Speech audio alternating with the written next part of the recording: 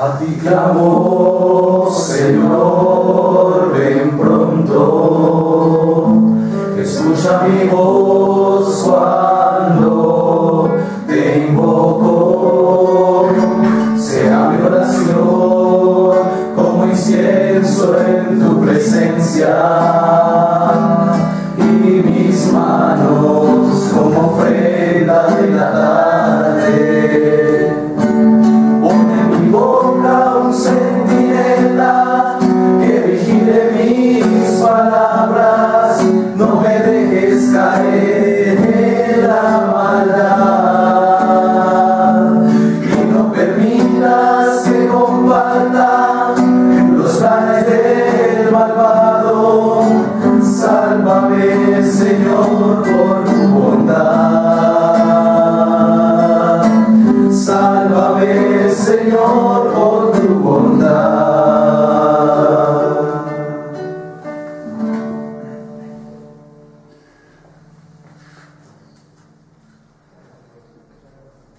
Pidamos al Espíritu Santo que venga a nosotros,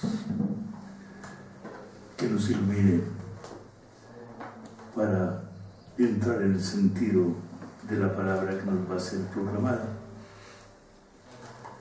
que nos fortalezca igualmente para hacer que esa palabra sea una norma de vida para nosotros.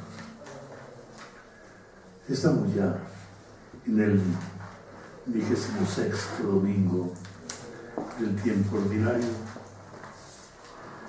Tenemos 3 lecturas. La primera del libro de los Números, en el capítulo 11, luego una de la carta de Santiago y finalmente pasamos al Evangelio de San Marcos en el capítulo 9. Tenemos que encontrar un punto dominante en esas lecturas, saber encontrar la conexión que existe entre ellas. Algo muy importante, el desarrollo que existe entre ellas. ¿En qué consiste ese desarrollo? En que la primera lectura es hasta cierto punto un anuncio, una primera etapa, un preanuncio, si pudiéramos decir. Y esa lectura va a tener en el Evangelio una realización, y en la carta vamos a encontrar una repercusión de esos temas en la vida de la iglesia primitiva. Empecemos pues la lectura del libro de los Números y vamos a darnos cuenta de cuál es la idea central de esa lectura. ¿Quién la va a hacer? El Señor bajó en la nube y habló a Moisés. Tomó parte del espíritu que había en él y se lo pasó a los 70 ancianos. Cuando el espíritu de Moisés se posó sobre ellos, comenzaron a profetizar, pero esto no volvió a repetirse. 2 de ellos se habían quedado en el campamento. Uno se llamaba Eldad y otro Medad. Aunque estaban entre los elegidos, no habían acudido a la tienda. Pero el Espíritu vino también sobre ellos y se pusieron a profetizar en el campamento. Un muchacho corrió a decir a Moisés: Eldad y Medad están profetizando en el campamento. Josué, hijo de Nun, ayudante de Moisés, desde joven intervino diciendo: Señor mío, Moisés, prohíbeles que lo hagan. Moisés replicó: ¿Tienes celos por mí? Ojalá que todo el pueblo profetizara y el Señor infundiera en todos su espíritu. Bien, el libro de los Números, estamos en el desierto, peregrinando el pueblo desde la salida de Egipto hacia la tierra prometida, y hay un incidente allí en la vida comunitaria. en qué consiste ese incidente, que nos tiene que ver aquí,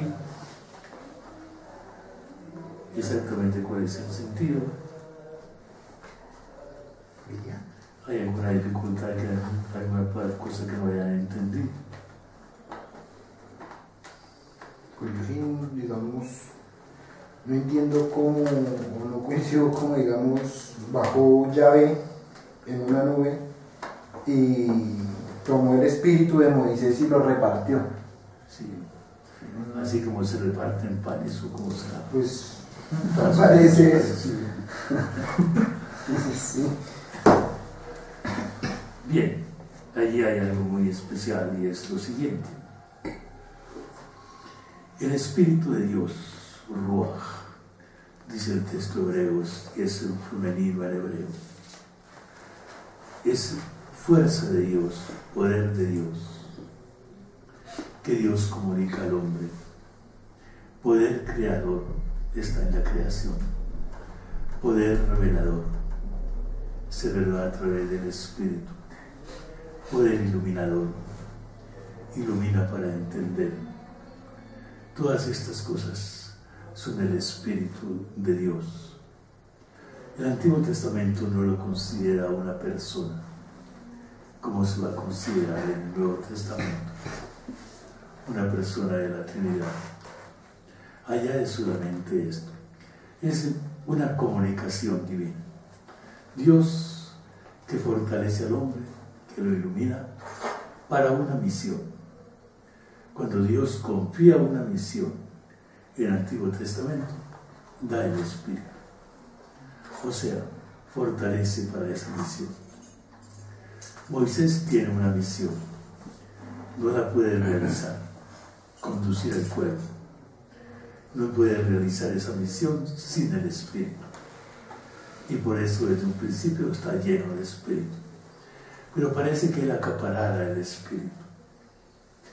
Y entonces en ese trajinar por el desierto, llega el momento en que el Espíritu de Dios, que está en Moisés, es distribuido al pueblo. O sea, es como si fuera algo, un don, que sin quitarle a Moisés nada. Sin embargo, como es divino y como tiene toda la riqueza divina, puede llegar a otros. ¿A quiénes? ¿A todos? No, a unos que están ahí, a unos ancianos que comparten con él. El Espíritu no es un don universal, sino que es un don personal. Uno tiene una misión, se le da el Espíritu. Por ejemplo, el libro de los jueces. Si ustedes lo leen algún día bien leído, no, verán cómo el Espíritu de Dios funciona. Sansón tiene un juez, Sansón, Gedeón y demás. Tiene una misión. Y el juez dice, lo arrebató el Espíritu y lo llevó. Como quien dice, no va a ser por su fuerza, sino por el poder de Dios que lo inunda. Entonces ese es el Espíritu. Llega pues un momento en que ese Espíritu de Moisés ya no es privativo de él, sino que se da a otros, a unos que están marcados, son ancianos que están con Moisés en el gobierno del pueblo. Están en una reunión y casi siempre falta alguien a la reunión, ¿no? Bien, ¿no es verdad? Estaban en esa reunión y entonces faltaban dos, Eldad y Medad. Alguno diría que ese Medad es como un medardo, ¿no es cierto? Parecido así, pero no, es Medad. Bien, se han quedado por allá, lejos, en su carpa, allá ellos. Y el Espíritu también llegó a donde ellos. Y entonces ahí está el problema, se presentó el problema. Dios es generoso en sus dones. Y el hombre, nosotros, muchas veces ponemos obstáculo a la generosidad divina. Queremos que esa generosidad no llegue a todos, no cobije a todos. Y está Josué. joven Josué, el que va a suceder a Moisés para entrar al pueblo. Está junto a Moisés y le dice que vinieron a decirle a Moisés que también Edad y Medad habían recibido el Espíritu y estaban profetizando. Estaban ellos alabando y profetizando. Y entonces Josué le dice a Moisés: prohíbales. ¿Qué significa eso? ¿Prohibirle a quién? ¿A Moisés o a Dios? ¿Acaso la generosidad divina tiene los límites del hombre? Eso no puede ser. Y entonces Josué, hijo de Nun, lo hacía porque decía: no, es que Moisés es grande, ¿qué cuento? Moisés no puede tener rivales de ninguna clase. Y entonces no prohíbales que ellos reciban el Espíritu para que ellos que estén sometidos a usted con su mismo Espíritu. Esto es, Josué quería defender a Moisés y por eso Moisés le dice: ¿tienes celos de mí? O sea, te preocupas por mi persona, quieres defenderme.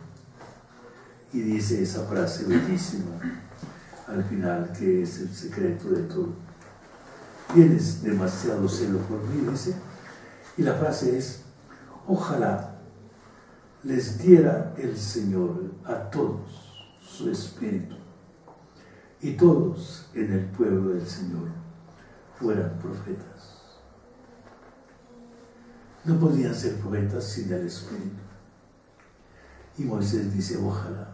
¿Qué significa ojalá?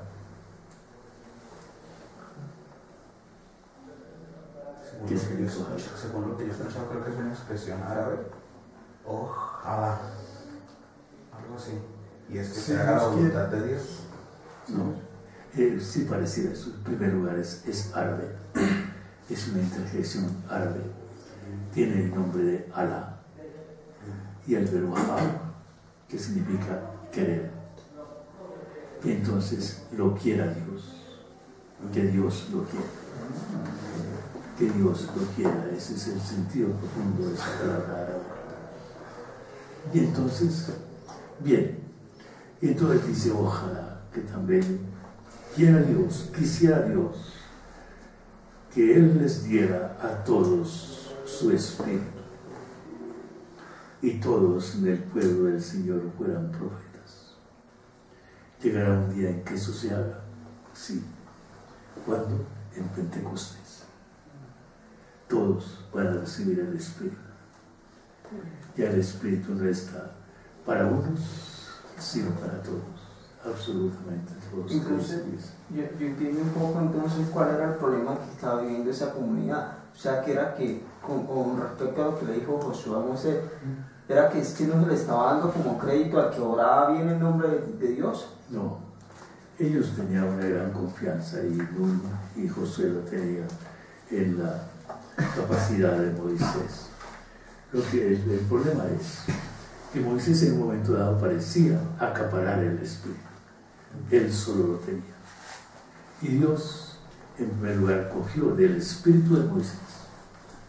Eso es muy bonito, porque no es otro espíritu el que da a ellos, sino del Espíritu de Moisés. Saca espíritu y le da un grupo de ancianos, para que tengan ellos también la capacidad de dirigir al pueblo. A ese grupo pertenecían dos que no estaban, también allá llegó el Espíritu. Y Josué quería que esos que no vinieron los castigaran para no recibir el Espíritu. Y es cuando Moisés interviene. Pero todavía el Espíritu es limitado. Entonces el problema era, en primer lugar, Moisés tenía el Espíritu, se le da a los demás. Esos dos que no estaban también lo reciben. ¿Y por qué lo reciben? Y entonces Josué dice: no, esos dos no vinieron, ya no vinieron, que se queden sin nada, castigo. Y sin embargo Dios les da el Espíritu también a ellos. Entonces el problema era ese. No es un problema de desconfianza, sino que es un problema simplemente de celos. Yo diría más todavía de una visión estrecha de la generosidad divina. Existe muchas veces que Dios no bendiga a ese, dice la gente, que Dios no se acuerde de él. ¿Por qué? Nunca lo podemos decir. Porque le ponemos límites al amor de Dios. No se puede ponerle límites al amor de Dios. Ese es el secreto. ¿Qué dice William? ¿Los dos nombres, Eldad y Medad, etimológicamente tienen alguna importancia? No, hasta el momento no tienen ninguna importancia que se sepan. No hay una de sentido, son nombres propios que tienen sus raíces. Hay que averiguar las raíces de edad, que son raíces hebreas triliterales. ¿Habrá alguna otra cosa? No. Bien. Entonces, segundo punto, pasamos al Evangelio. Un día dijo Juan a Jesús. ¿Es Marcos? Marcos, capítulo 9, versículos 38 a 43, por una parte, y después 47, 48. Marcos 9.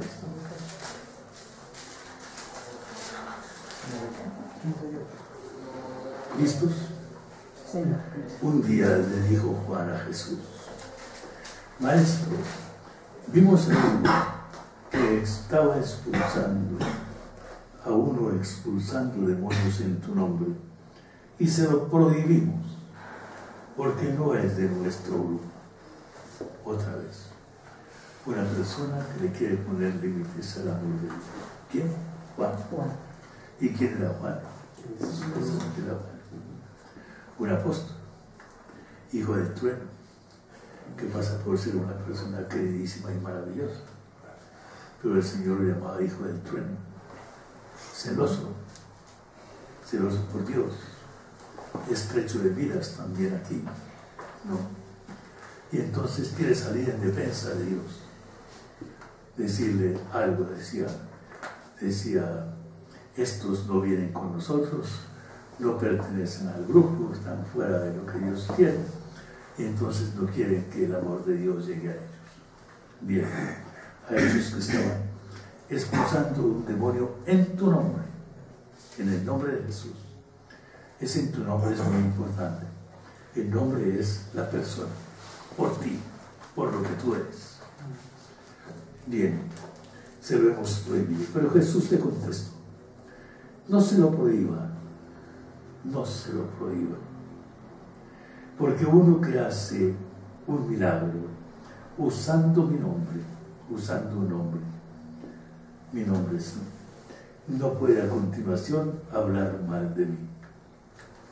Quien no está contra nosotros está a favor nuestro. Bien, ¿qué les parece esa frase? ¿Habrá alguna cosa rara ahí? Lo que piensa Juan, lo que piensa Jesús. Una oposición. Juan piensa con un corazón egoísta. Jesús piensa con el corazón de Dios, que no tiene fronteras. Algo muy distinto. Juan cree que la salvación pasa a través simplemente de un grupo y nada más. Jesús piensa que la salvación llega a todos. Juan piensa que solamente hay discípulos en el grupo y que los que no pertenecen al grupo no son discípulos. Y Jesús dice: quien quiera que haga un milagro en mi nombre está con nosotros, donde quiera que esté. ¿Cómo les parece? ¿Qué piensan ustedes de tantos no cristianos que hacen el bien en el mundo, que están haciendo el bien en el mundo? ¿Son de los nuestros o no son de los nuestros? Son de los nuestros. Eso es lo que piensa Jesús. Muchos dicen, no, no son de los nuestros. Eso es el límite del hombre por el egoísmo. Y los límites de Dios precisamente es no conocer límites en su bondad, en su generosidad, en su amor. Eso cuestiona muchas cosas. Muchos han puesto a pensar, claro. Ustedes lo pueden ver. Muchos se preguntan, ¿y todos aquellos que están en el mundo y hacen el bien, que tienen nombres propios? Algunos son muy conocidos. Todas esas personas son cristianos, ¿o no?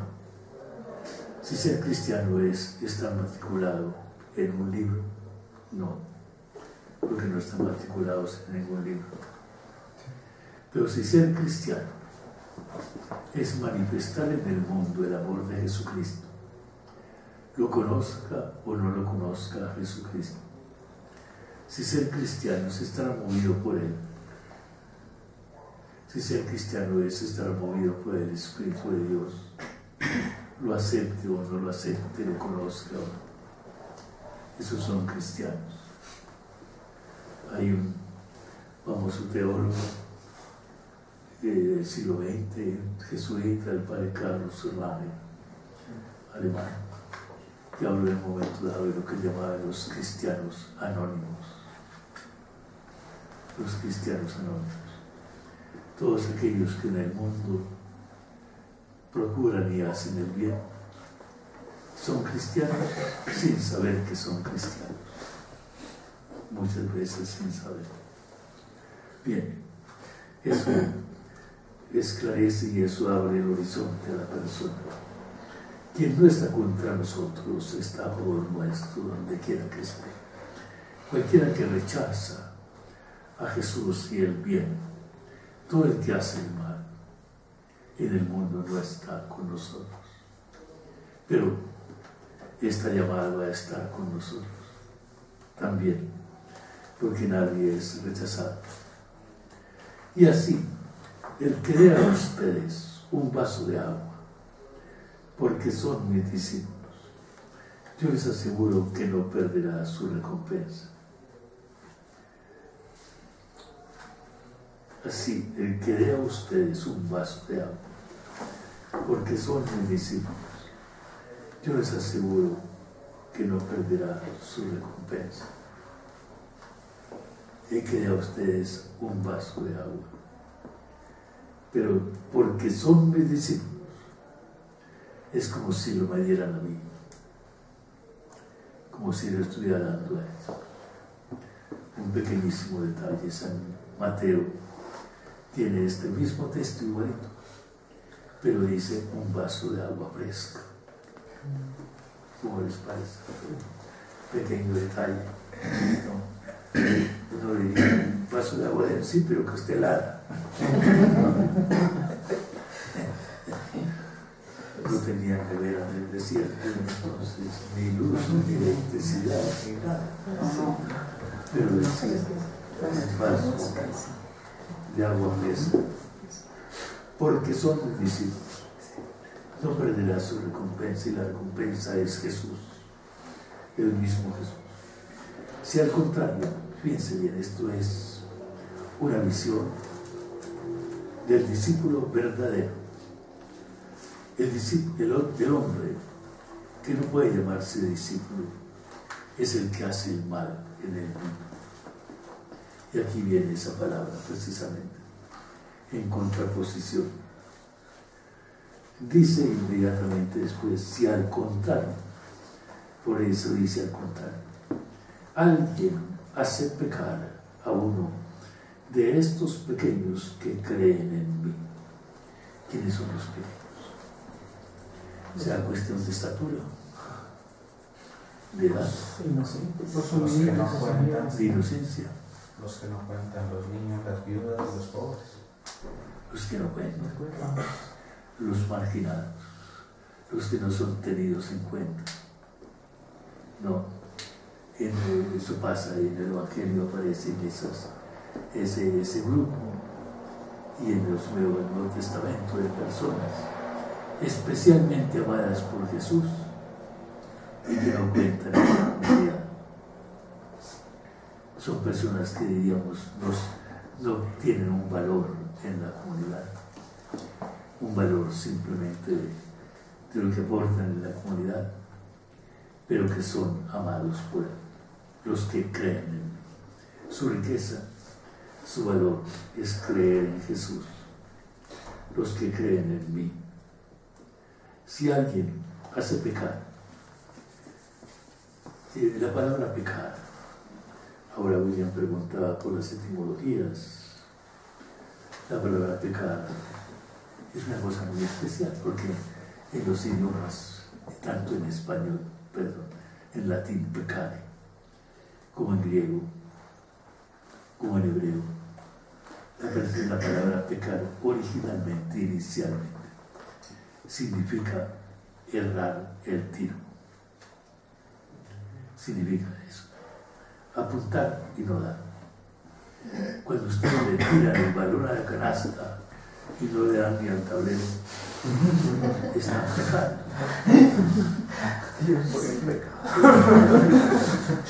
Yo por eso jugaba. Es más pecador de los en esta casa. Es más pecador.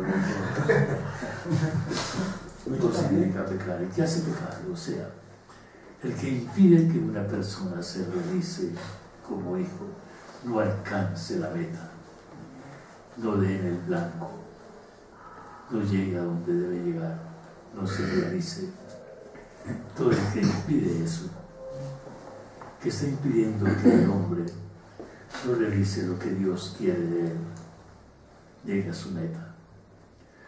Eso es todo el que haga pecar a uno de estos pequeños que creen en mí. Más vale que le pongan al cuello una de esas ruedas de piedra que tienen los molinos y lo echen al mar. ¿Conocen esas piedras? ¿No? ¿Han pisado alguna de ellas aquí en Buen María? ¿Observan ustedes tanto eso, no? Una piedra redonda, grande, parece un círculo. Yo sería capaz de llevarlos a donde hay subiendo dando la vuelta allá por el camino, por la puerta de abajo, subiendo ahí, hay una piedra de esas, una piedra enorme esa, subiendo ahí de la puerta de la huerta que llamamos siguiendo el muro hasta acá. Observen ustedes que por allá hay una piedra redonda, grande, pesada, y no se puede tener ahí. Bien, entonces no olviden que son hermanos y hermanas. Échenlos de aquí. Estaríamos contra el Evangelio. Bien, entonces amárrenle una piedra esa así, tírenlo al mar.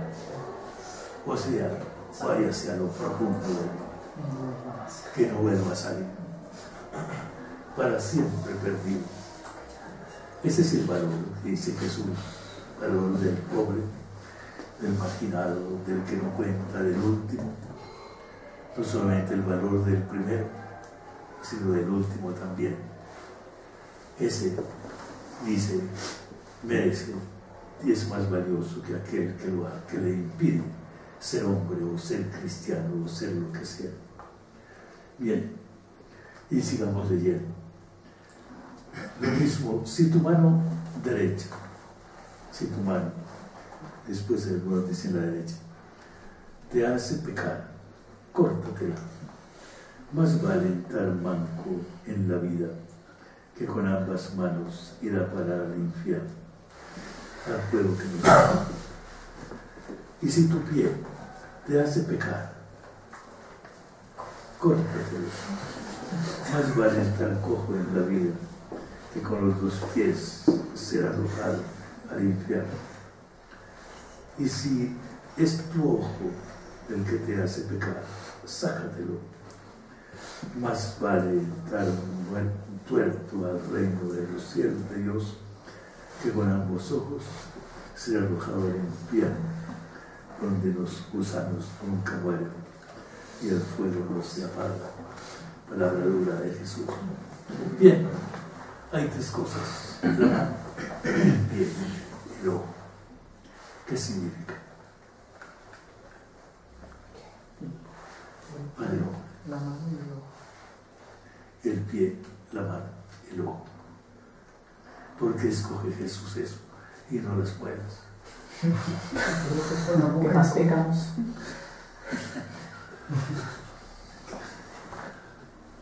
En eso se está fundamentalmente la vida del hombre social. Estamos precisamente hacer pecar al otro. Es una falla en la sociedad, en la relación social. Es quebrantar lo que se llama la relación social. La mano nos acerca a los demás. Damos la mano, recibimos. Tocamos, lo que sea. Nos pone en contacto con los demás. El pie nos hace caminar, servir, ir a los demás. Los demás también miran a los ojos. Los ojos nos hacen contemplar a los demás. Todas estas son esas fuerzas, diríamos, que tiene el hombre, suponiendo para la antropología. Esas fuerzas que tiene el hombre, que lo ponen en comunicación con los demás. En la comunicación. Y el Señor dice, son cosas valiosísimas, muy valiosas, pero todas ellas no alcanzan el valor del bien que se hace a una persona o el bien que no se le hace. No, el Señor no dice cosas de hecho, córtate la mano, echas y todo lo demás. No, eso no lo va a hacer. El Señor no nos dice eso. Pero nos dice esos valores grandes que tú tienes en tu cuerpo, que te sirven para vivir en sociedad, que te sirven para la vida, no son tan valiosos como una persona. Si eso impide el valor de una persona, el que una persona se realice, esos valores grandes pueden desaparecer. Es más valiosa la persona, así sea un marginal, un pequeño, uno que no cuenta, los demás. El Evangelio es terrible si no lo ves. No. Bien, entonces, ¿habrá alguna cosa sobre esto?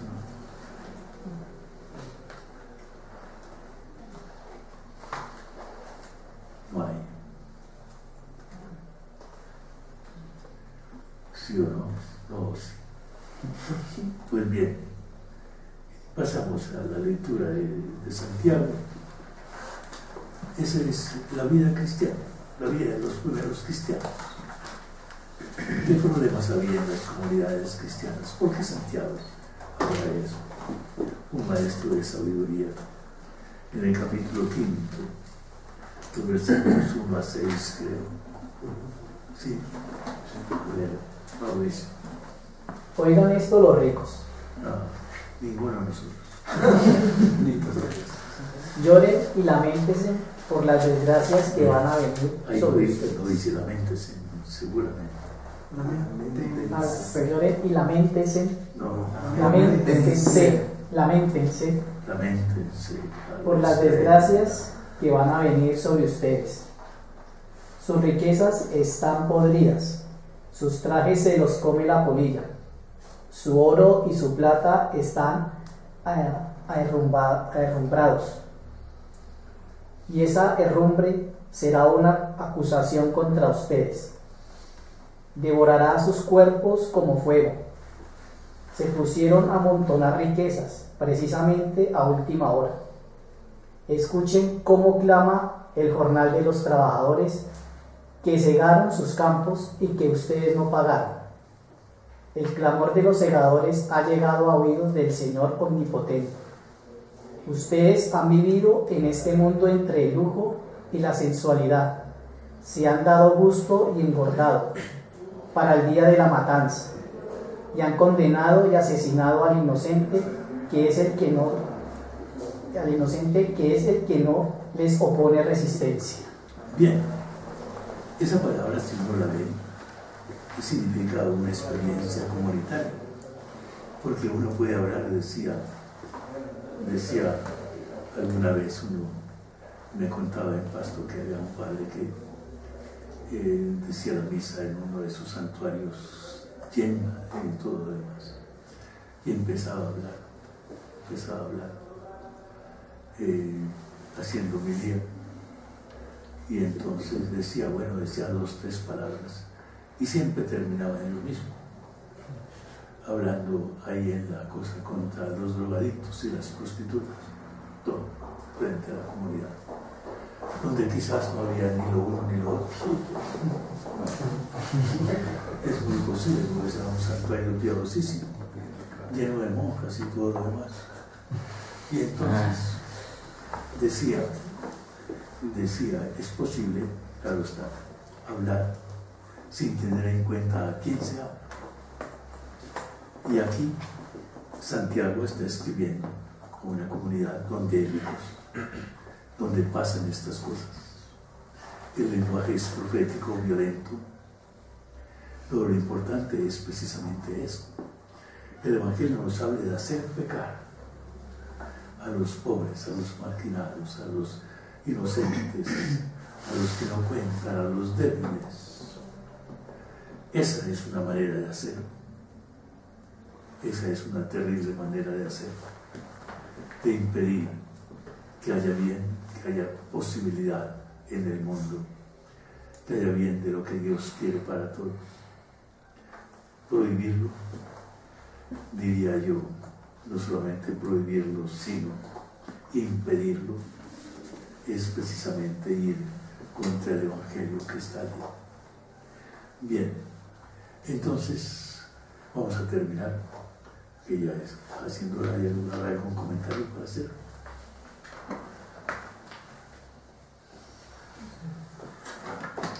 Me llama mucho la atención como esa sentencia que se hace de los últimos días, ¿no?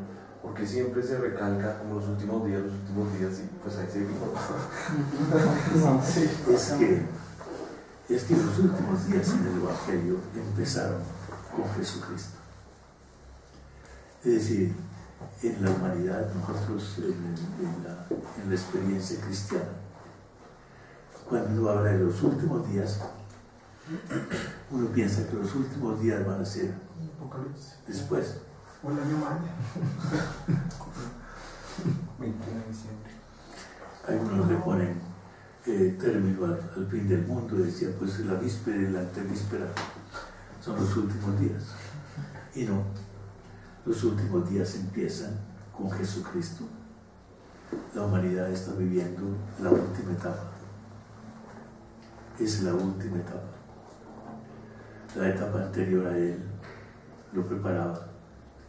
Después de Jesucristo no hay más, no hay otro. No podemos esperar otro mayor, porque no hay.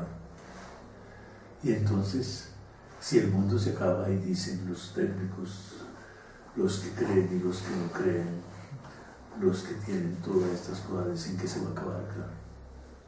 Está amenazado, fuertemente amenazado, la vida del hombre y todo lo demás. No, eso no es apocalíptico, eso es una verdad.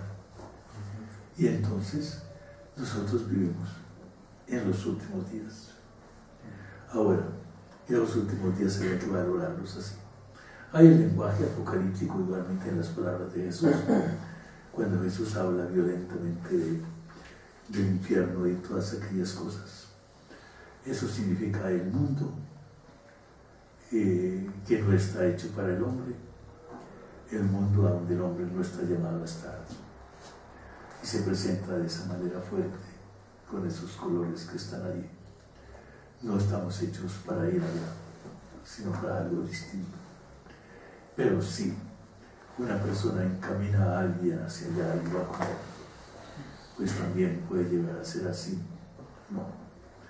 En El Espectador de hoy había en la última página una de esas viñetas que no sé quién hace, son unos niños que llevan unas pancartas y dicen viva el aborto, y se presenta una persona como obispo y les dice se van para el infierno. Dice allá lo esperamos. Entonces eso es manera de hablar, una manera de hablar.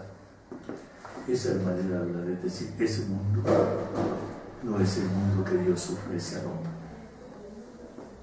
Es el mundo al que ni el hombre debe ir, ni debe encaminar a nadie.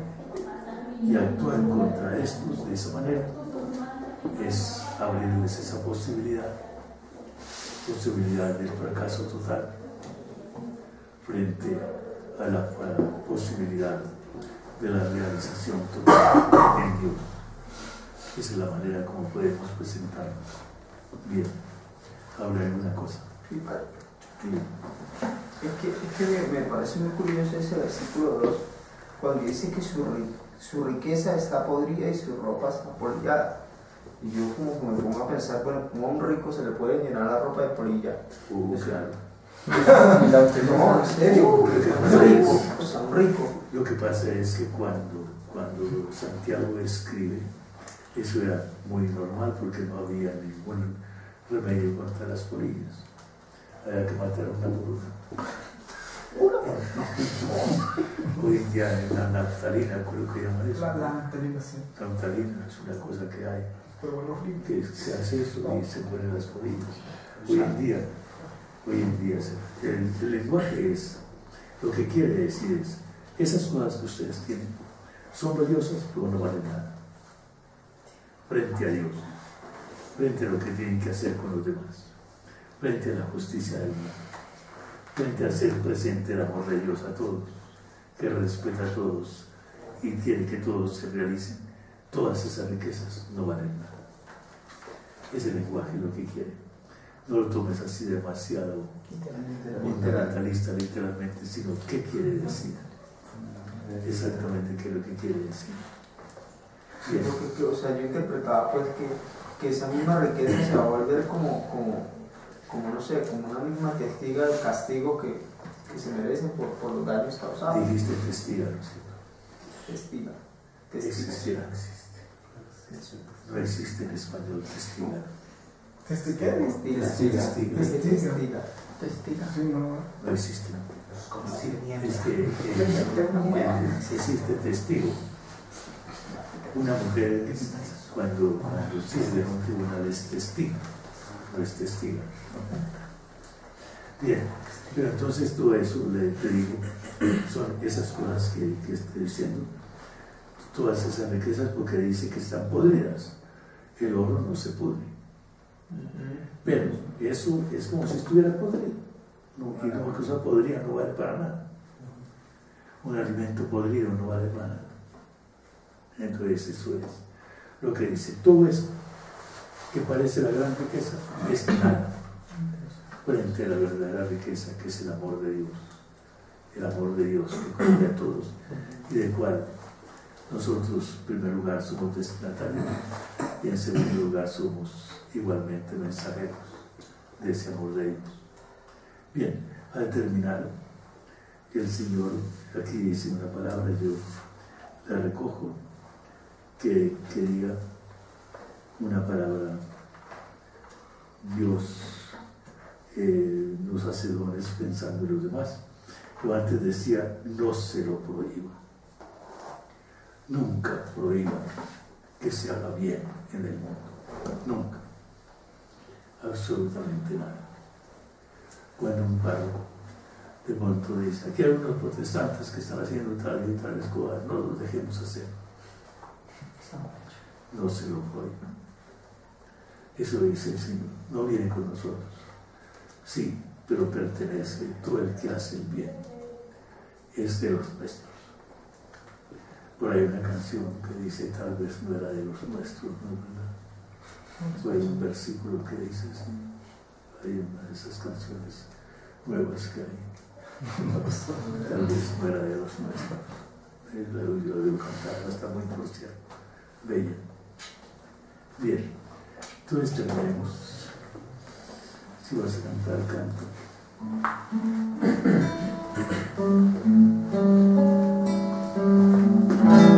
Tu palabra me da vida, confío en ti, Señor.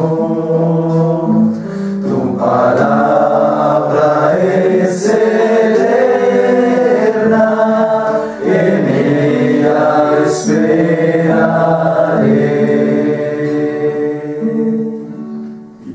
Creemos, Señor Jesús, Que vivas y reines entre nosotros. nos bendiga con su Hijo. La Santísima Virgen María. Amén.